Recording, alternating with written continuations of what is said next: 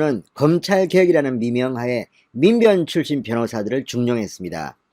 자, 지금 차규근 법무부 출입국 본부장도 그런 사람 중에 한 명입니다.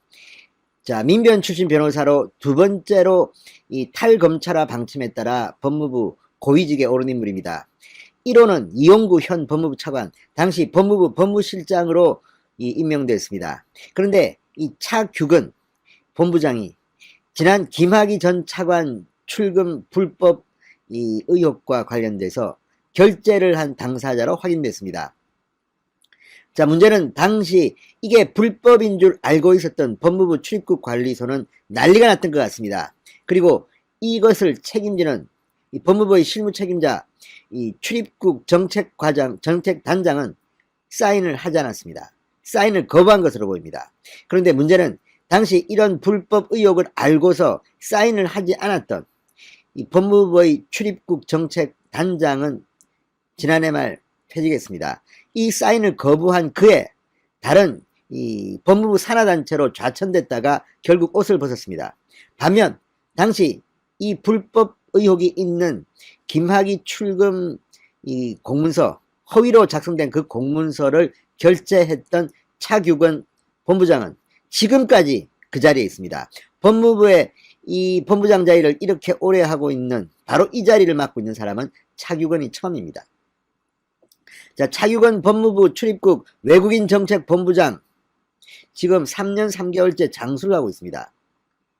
2년을 넘긴 사례가 거의 없다는데 지금 이걸 보면 정말 문재인 정부의 인사는 개판입니다. 그리고 이걸 이제 바로잡아야 할 때가 온 것 같습니다. 자, 박근혜 정부의 이 문화체육관광부 인사와 관련해서 당시 체육국장 여러분 기억하시죠? 이것 때문에 뭐 블랙리스트니 뭐니 해서 박근혜 정부의 고위공직자들이 처벌을 받았습니다. 이번에는 어떨까요? 자, 지금 문재인 정부에서 드러났던 이 많은 일들이 이제 하나씩 둘씩 제자리를 잡아가고 있습니다. 자, 이 김학의 이 출국 금지 불법 사건, 이걸 지금 이 대검찰청이 수원지검 형사3부에 재배당했습니다. 대검에서 이를 담당하던 이종건 형사부장도 뺐습니다. 이 반부패 강력부로 돌렸습니다. 이종건 형사부장은 현재 이 사건과 관련돼서 피의자 신분으로 전환될 수 있는 가능성이 있는 인물입니다. 자, 지금 이 추미애 라인이다 또는 뭐 문재인의 친정권 애완견 검사라고 불리는 사람들이 이번 김학의 불법 출금 사건으로 철퇴를 맞게 됐습니다. 그중 한 명이 이 차규근 법무부 본부장인 것으로 보입니다. 자, 당시 무슨 일이 벌어졌을까요? 이걸 보면 여러분 경악하실 겁니다. 이런 식으로 불법을 자행하고 살아남은 사람, 그리고 이걸 거부했다가 좌천됐다가 결국 옷을 벗은 사람. 자, 이제 문재인 정권의 치부가 구체적으로 드러나기 시작했습니다. 진성호의 융단 폭격 시작합니다. 문재인 정권을 융단 폭격합니다. 방송에 앞서 아직 진성호 방송에 구독자가 아니신 분들은 붉은색 구독 버튼 눌러주십시오. 더 좋은 방송으로 보답하겠습니다. 자, 지금 이 김학의 불법 출국 금지 관련해서 이걸 갖다가 이 사인을 받기 위해서 새벽에 차규근 본부장 집까지 가서 사인을 받는 어처구니 없는 일이 벌어졌습니다. 이 문제 앞으로 상당히 시끄러울 것 같습니다. 자, 김학의 전 차관에 대한 불법 긴급 출국 금지 의혹과 관련해서 사후 승인 과정에서 당시 이 법무부 출입국 정책단장은 승인 요청서에 대한 결재를 회피했던 것으로 확인됐습니다. 결국 단장을 건너뛰고 상급자인 차규근 법무부 출입국 외국인 정책 본부장만 가짜 내사 사건 번호가 기재된 승인 요청서를 결재했습니다. 자, 이 부분은 이제 법적으로 처벌을 받아야 될 그런 날이 올 것으로 보입니다. 자, 사후 승인 과정에서 법무부 고위간부가 결재를 거부할 만큼 출금의 위법성이 이미 드러나 있었다는 겁니다. 사실 이게 단체 이 카톡방, 단톡방에서 이 출입국 관리 직원들끼리 나눈 대화를 보면 이게 분명히 드러납니다. 다 알고 있었습니다. 무슨 장관이 뭐 직권으로 한다는 본부장이 해야 될 것 같다는 등 자기들끼리는 다 주고받았습니다. 이게 불법일 것을 알고 있었다는 증거입니다. 이 과정에서 민간인 사찰에 해당하는 불법 조회도 수백 건이 나왔습니다. 이 일 다 어찌할 겨? 문재인 대통령. 자, 이 모든 것이 문재인 대통령이 김학의 전 차관 사건을 재수사라고 말한 뒤 닷새 뒤에 일어난 일입니다. 이때 문재인 대통령은 정말 저도 그때 깜짝 놀랐습니다만 김학의, 장자연, 버닝썬 이거 딱 찍어서 수사해! 다시 해! 대통령이 권력이 그렇게 대단합니까? 공소시효도 지났는데. 자, 이 말이 떨어지기가 무섭게 뭐 청와대 이광철 비서관입니까? 무슨 뭐 윤규건 당시 이 경찰총장이라고 불렸던 윤규건이랑 카톡 메시지를 뭐 나눕니다. 그리고 어쩌고 저쩌고 하더니 문재인 대통령이 발언을 하고 그 뒤 닷새 뒤에 김학의, 민간인 김학의를 출국 금지시키기 위해서 불법적인 일이 자행된 것으로 보입니다. 자, 법무부가 적법했다고 주장하고 있습니다. 추미애 법무부가 지금 해명하고 있는 겁니다. 이건 역시 따져야 됩니다. 당신은 이게 불법일 가능성이 높다는 것을 직원들도 알고 있었던 겁니다. 자, 오죽했으면 이 직속 라인에 있는 간부는 결재를 거부하고 새벽에 차규건 본부장 집까지 찾아가서 사인을 받아야 했습니까? 뭐 민변 출신에 이례적으로 그 자리에 그 고위직에 간 차규건 본부장이야 뭐 위에서 시키면 했겠죠. 그렇지만 이제는 그 책임을 져야 할 때가 온 것 같습니다. 자, 13일 중앙일보 취재를 종합해봅니다. 대검찰청 과거사 진상조사단 파견 이규원 검사가 2019년 3월 23일 0시 8분 인천공항에 대검 진상조사단 명의로 긴급 출국금지 요청서를 보냅니다. 당시 이규원 검사는 서울 동부지검 검사 직무대리 명의였습니다. 원래 지방에 근무하고 있는 검사였습니다. 그런데 이 진상조사단에 불려왔습니다. 아마도 이광철 비서관의 사법고시 동기생 친구라는 이유로 부른 게 아닌가 싶습니다. 아무튼 자, 이규원 검사 긴급 출국금지 요청서를 보내 김학의 출국을 막습니다. 그리고 새벽 3시 8분 김학의에 대한 긴급 출국금지 승인 요청서를 법무부 출입국 외국인정책본부에 접수합니다. 그런데 법무부 출입심사과 직원이 당시 A 출입국 정책단장에게 결재를 요청하지만 A 전 단장은 끝까지 서명을 하지 않았다고 합니다. 자, 그날 새벽 A 전 단장이 승인 요청서에 문제가 있다고 보고 결재를 하지 않자 직원들은 결국 그를 건너뛰고 차규건 본부장의 자택까지 찾아가 결재를 받았다. 단장이 결재를 회피할 만큼 출입국 내에서도 승인 요청서 위법성을 안았던 것이라고 당시 법무부 출입국 사정을 잘 아는 관계자가 중앙일보에 제보했습니다. 새벽에 집에까지 가서 사인을 받았다는 건데 참으로 이상한 나라입니다. 자, 국민권익위원회에 신고된 106쪽짜리 공익신고서 여길 보면 잘 나타나 있습니다. 김학의 전 차관은 2019년 3월 23일 오전 0시 20분 인천공항발 태국행 비행기를 타려고 했지만 출국 10분 전에 공항 출입국 외국인청 직원들로부터 출국 금지 사실을 통지받고 탑승을 제지당합니다. 자, 이 검사가 0시 8분 전산으로 긴급 출국 금지 요청을 했기 때문입니다. 그런데 이 출국 금지 요청 서류도 가짜였습니다. 엉터리였습니다. 자, 이거는 서울중앙지검 2013년 형제 6588 구원대 이미 2013년 무혐의 혐의를 받은 사건 번호였습니다. 이런 가짜 사건 번호로 긴급 출국 금지시킨 겁니다. 이것도 모자라서 자, 다음에는 승인 요청서는 또 다른 사건을 넣습니다. 자, 출입국관리법상 사형, 무기징역 또는 장기 3년 이상 징역형을 받을 수 있는 범죄 피의자, 이게 긴급 출금 대상자가 될 수 있는 기준입니다. 그런데 이 지금 2013년 형제 65889라는 이 서울중앙지검 사건, 출국금지의 이유로 들이댄 이 사건은 2013년 무혐의를 받은 사건입니다. 그러니까 애초부터 말도 안 되는 가짜 서류로 출국 금지를 시킨 겁니다. 자, 그러고 난 뒤 그 다음은 또 더 문제입니다. 자, 출입국 관리 법령에 따라 수사기관은 긴급 출국 금지를 요청한 때로부터 6시간 안에 법무부에 승인 요청서를 보내야 하고 12시간 안에 법무부 장관의 승인을 받아야 합니다. 그런데 가짜 서류로 했는데 어떡합니까?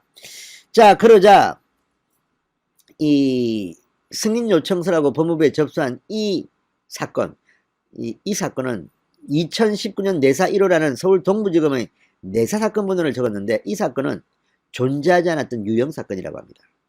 거짓말을 써낸 겁니다. 이 사람이 지금 이규원 검사가 동부지검에 파견된 직무 대리였기 때문에 그냥 아무거나 동부지검 사건 써냈는데 이게 없는 사건입니다. 자, 이걸 보면 정말 문재인 정부의 법무부가 얼마나 엉터리로 운영됐는지를 알 수가 있습니다. 그 현장에 차규근 본부장이 있습니다. 자, A 전단장의 결제 회피에 대해 차규근 본부장은 이렇게 말했다고 합니다.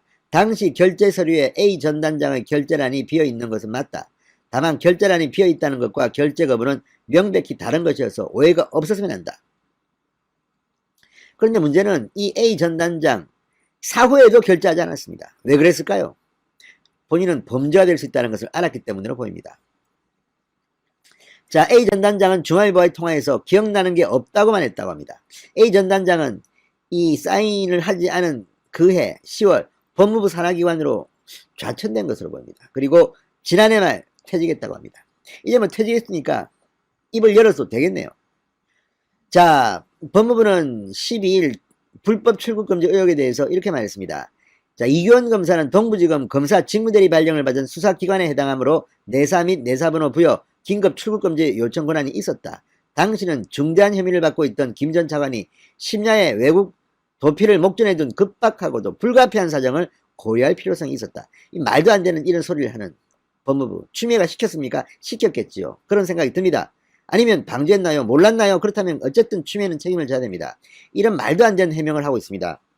자, 먼저 이규원 검사는 진상조사단 소재지인 서울 동부지검의 진상조사 업무에 한정한 검사 직무대리 발령을 받았습니다. 그래서 수사권이 없습니다. 통상 또 수사권이 있는 검사라 하더라도 수사기관의 장, 서울 동부지검장의 결재 없이 마음대로 이렇게 내사사건을 만들 권한은 없습니다. 자, 이건 말도 안 되는 일인데 이게 벌어졌습니다. 그리고 관인도 없이 승인이 됐습니다. 이거 다 범죄 공범들 아닌가 싶습니다. 자, 이 법조계에서는 차규근 본부장이 불법 긴급 출국 과정에서 핵심적인 역할을 했다고 의심합니다. 그런데 수원지검 안양지청의 2019년 수사에서는 법무부 출입국 실무진만 조사하고 그 위선은 조사도 하지 않았다고 합니다. 이번에 된통 걸린 겁니다. 자, 여기 보면 당시 카톡방에는 이 출입국 심사과 직원들이 주고받은 단톡방입니다. 과장님은 긴급 미승인하고 법무부 장관 직권으로 가는 쪽 이야기하시고 본부장님은 피의자인지 아닌지는 수사기관이 판단해서 요청하니까 긴급 요건에 맞다고 볼 수 있다 하시고 본부장님 의견 쪽으로 가는 것 같습니다. 라는 메시지가 나옵니다. 자, 차규근 본부장은 누굴까요? 민변 출신 변호사입니다. 2019년 9월 그 자리에 임명됐습니다. 현재까지 3년 3개월 넘게 자리를 지킨 최장수 본부장이라고 합니다. 최재형 감사원장의 뚝심이 정말 대단합니다. 자, 문재인 대통령 최재형 감사원장을 직접 임명한 사람입니다. 그러나 최재형 감사원장은 원칙과 소신이 분명한 것 같습니다. 자, 문재인 대통령의 탈원전 정책, 이 최재형 감사원장이 다시 이 탈원전 정책의 추진 과정을 감사하기 시작했습니다. 자, 지금 월성 1호기 경제성 평가 조작 이것과는 별개의 것입니다. 이것은 이미 끝났습니다. 다시 감사원이 산업자원부의 감사에 착수했습니다. 바로 문재인 정권의 탈원전 정책이 수립 과정이 적법하냐는 것입니다. 만약 이 과정에서 이 탈원전 정책 수립 과정의 위법성이 발견되면 상당히 파장이 클 것으로 보입니다. 지금 문재인 대통령의 지시로 이렇게 탈원전 정책을 무리하게 수립하면서 경상남도에 주로 산재해 있는 원전 관련 업체들은 어마어마한 손해를 받습니다. 조 단위의 손해를 받습니다. 자, 이런 곳 특히 두산중공업이 가장 피해자로 지목되고 있습니다. 어마어마한 줄소송이 이어질 것 같습니다. 쪽박차게 생겼습니다. 그렇지만 문재인 대통령이 그 돈을 감당할 수도 없을 테고 결국 국민들이 피해를 입었다는 것이 드러날 겁니다. 자, 지금 문재인 정권이 무능하다는 것은 이 법적 절차를 무시한 흔적이 곳곳에서 발견되기 때문입니다. 이번에도 감사원이 감사에 착수한 것은 문재인 정권이 탈원전 정책을 채택했느냐 아니냐를 감사하는 게 아닙니다. 그것은 어디까지나 정치적인 사항입니다. 그럼에도 불구하고 이 탈원전 정책을 추구하는 과정에서 법적으로 절차적, 과정적 위법성이 있었나를 들여다보는 겁니다. 이미 상당히 위법성 의혹이 나왔습니다. 그렇기 때문에 감사를 하는 것입니다. 자, 지금 원전 관련으로는 감사할 게 참 많습니다.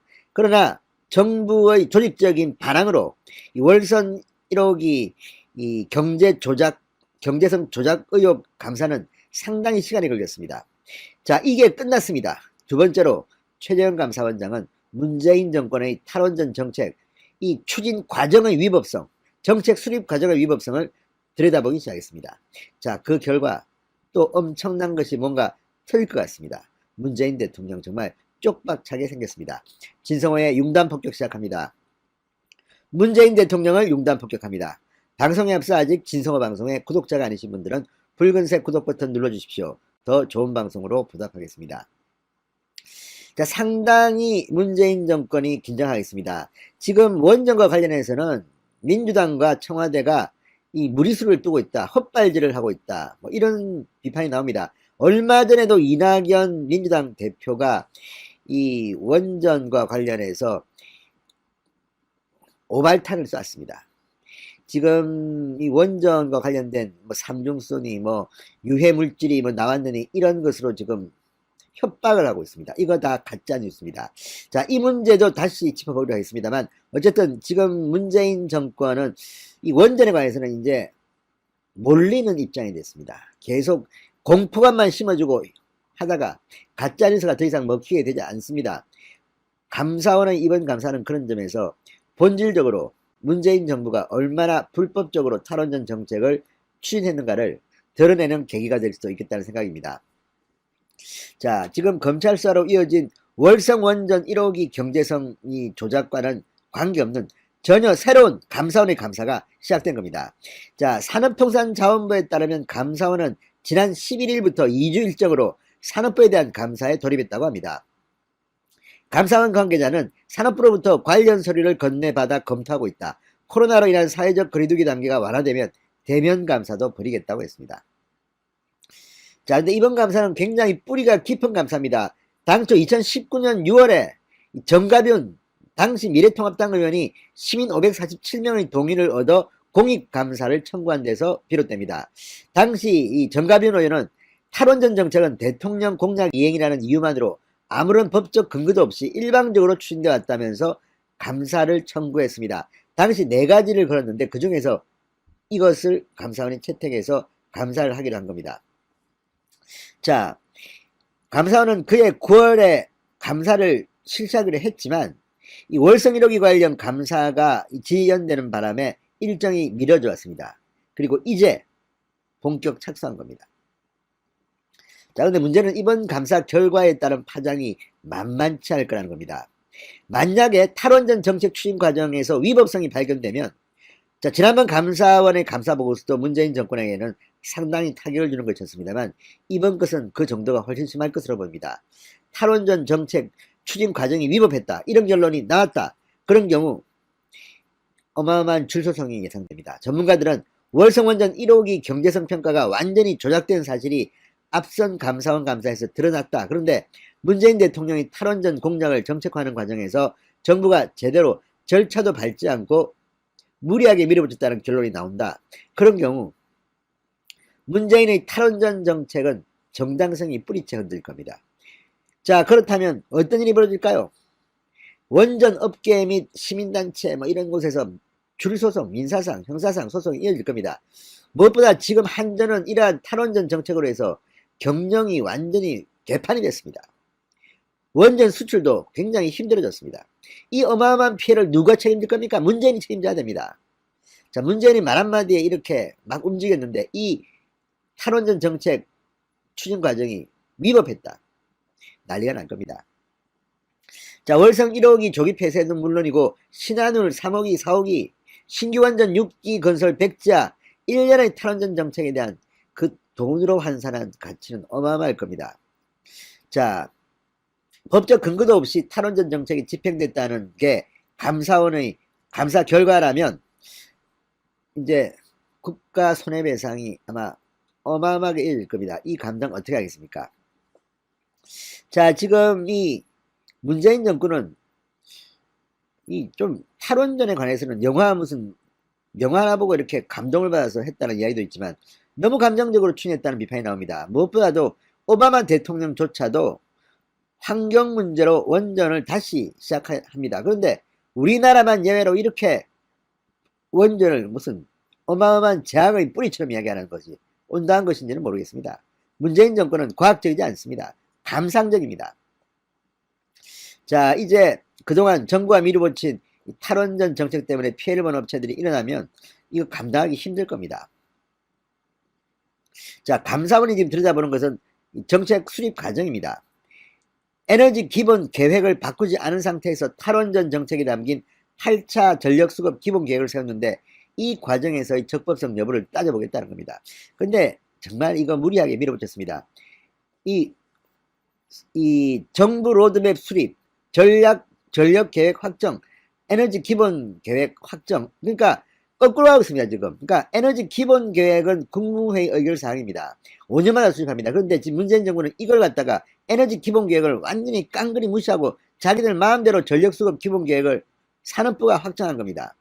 자, 원전을 포함한 발전소의 건설 폐쇄도 이 에너지 기본 계획 틀 안에서 추진돼야 하는데 이런 절차를 어겼다고 의심받고 있습니다. 자, 문제는 그런데 이 감사 결과입니다. 이 감사 결과가 만약 문재인 정부의 정책 수립이 위법했다고 판단되면 이제 어마어마하게 많은 사람들이 들고 일어날 겁니다. 자, 수천억 원의 손해를 입었다고 지금 보이는 두산중공업, 도산위기에 내몰린 원전 관련 업체, 부품협력업체 등이 정부를 상대로 배임, 손해배상, 민사상, 형사상 소송을 줄 소송할 가능성이 있습니다. 자, 지금 이 돈만 해도 말입니다. 경남 소재 270여 원전 협력업체들 일감이 끊기면서 매출이 2018년 16조 원대에서 2018년에는 10조 원대로 추락했습니다. 조 단위입니다. 이 간단치 않습니다. 게다가 지금 이 신한울 3, 4호기 건설에는 7,900억 원 정도가 투입됐다고 합니다. 긴급 속보입니다. 대법원이 박근혜 대통령에 대해서 최종 판결을 내렸습니다. 예상대로 원심 그대로 확정 판결을 냈습니다. 자, 이제 사면 논의가 급속히 시작될 것으로 보입니다. 자, 이낙연 민주당 대표가 1월 1일 연합뉴스와의 인터뷰에서 처음으로 공개한 것입니다.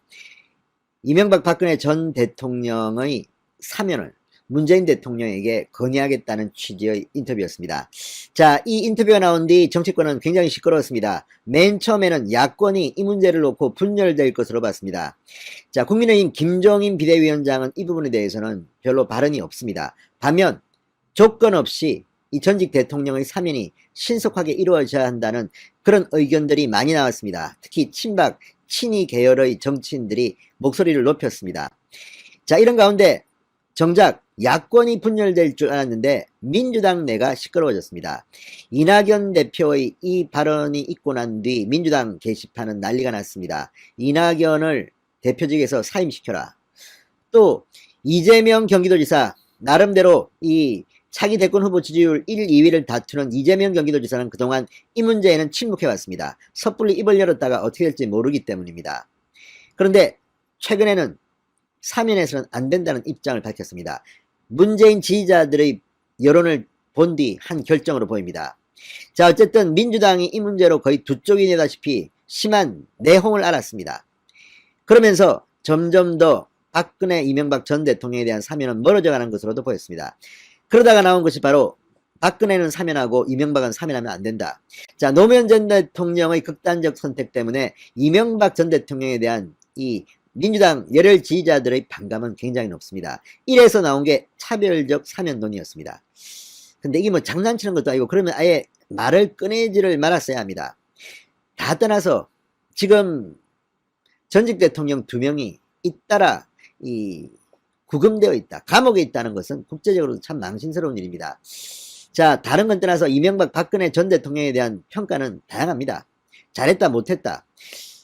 그렇지만 분명히 공도 있고 과도 있습니다. 박근혜 전 대통령의 경우 탄핵당한 데 대해서는 지도자로서 좀 실망스러운 점도 사실 있습니다. 그럼에도 불구하고 휴머니즘적 측면에서 이렇게 두 전직 대통령, 고령의 두 전직 대통령이 교도소에 있는 것이 과연 맞는 것인지는 국민 여러분들이 판단할 일입니다. 자, 오늘 대법원은 제3고심에서 박근혜 전 대통령의 징역 20년형을 확정했습니다. 국정농단, 국가정보원 특수활동비 상납 사건 등을 모두 포함해서 징역 20년형을 확정했습니다.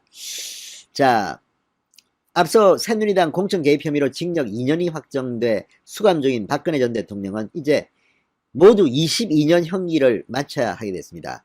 이걸 그대로 계산하면 2039년 87세 만기 출소 예정입니다. 참 잔인하다는 생각도 듭니다. 자, 오늘 주심 노태학 대법관 주재로 열린 대법원 3부는 오늘 오전 11시 15분쯤 특정범죄 가중처벌법상 뇌물 등의 혐의로 기소된 박근혜 전 대통령의 제3고심 선거공판에서 파기환송심 원심을 확정했다고 밝혔습니다. 박근혜 전 대통령은 지난해 7월 파기환송심에서 뇌물 혐의로 징역 15년과 벌금 180억 원, 국고 손실 등 나머지 혐의로 징역 5년을 각각 선고받았습니다. 이 파기환송심 원심을 오늘 대법원이 최종 확정한 겁니다. 자, 파기환송 전 항소심 선고 형량인 징역 30년, 벌금 200억 원에서 형량이 줄어들기는 했습니다. 이 대법원의 파기환송 취지에 따라 강요죄, 일부 직권남용 권리행사 방해 혐의 등은 무죄로 뒤집혔습니다. 그럼에도 불구하고 20년이나 30년이나 참으로 이 엄벌입니다. 가혹한 벌입니다. 박근혜 전 대통령은 재판 과정에서 시종 그렇게 법리적으로 다투지 않았습니다. 니들 마음대로 하세요였습니다. 자, 어쨌든 이 문제에 대해서는 진보 진영의 원로 중에도 이런 말을 한 분이 계십니다. 박근혜 전 대통령의 탄핵까지는 그렇다 하더라도 법적 죄를 집행하는 것은 가혹하다. 자, 어쨌든 이제 대법원의 최종 확정 판결이 나왔습니다. 이제 박근혜 대통령은 사면할 조건을 갖춘 겁니다. 이제 급속도로 박근혜 사면 논의가 이루어질 것으로 봅니다. 자, 이 제3고심 선고 박근혜 전 대통령에 관련된 모든 재판은 지금 종료된 상태입니다. 정치권에서는 박근혜 전 대통령의 형이 확정되면 이명박 전 대통령과 함께 특별 사면 논의가 급속하게 빨라질 것이라는 관측이 나오고 있습니다. 특별 사면은 형을 확정받은 선고받은 사람이라는 요건을 정하고 있습니다. 이제 이명박 전 대통령은 이미 이 조건을 갖췄고 박근혜 전 대통령도 조건을 모두 갖추었습니다. 자, 최재성 청와대 정무수석이 그러나 어제 사면 논의와 관련해서 국민의 입장에서 국민 눈높이에서 해야 되지 않느냐 이런 언급을 하기도 했습니다. 이재명 경기도지사 12일 날 한 라디오 인터뷰에서 형벌을 가할 나쁜 일을 했다면 상응하는 책임을